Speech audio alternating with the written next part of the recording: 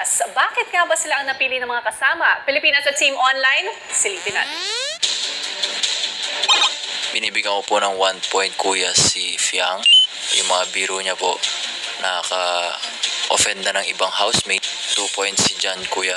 Feeling ko po ngayong week hindi niya po nagampanan ng maayos pagiging leader ng basketball team. 1 point po si Binsoy kuya.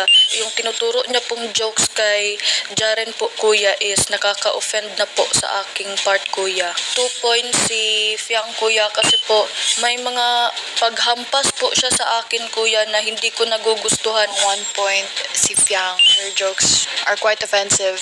Hindi lang sa akin but also to some other people. Binibigyan ko po ng 2 points si Jan dahil he's impulsive and he acts on his emotions rather than logical thinking. Ang 1 point si Jan po kuya because in our basketball task po, he doesn't follow the